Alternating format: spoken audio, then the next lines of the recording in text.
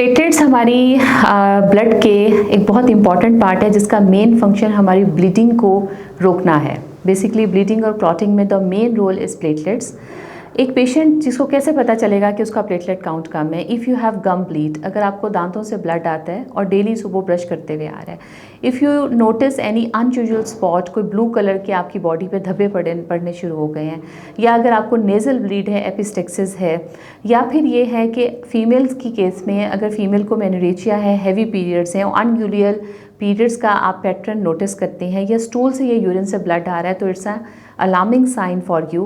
तो फिर आप उसकी में अपनी ब्लड कंप्लीट पिक्चर करवाएं, जिसको हम CBC कहते हैं। उसमें आप अपना प्लेटलेट काउंट देखें, जिसमें प्लेटलेट काउंट नॉर्मली 1,50,000 से 4 लाख तक प्लेटलेट काउंट नॉर्मल होता है। अगर आपका प्लेटलेट काउंट 1,50,000 से कम है तो आपके नियरेस्ट डॉक्टर से कॉन्टेक्ट करें। Thank you.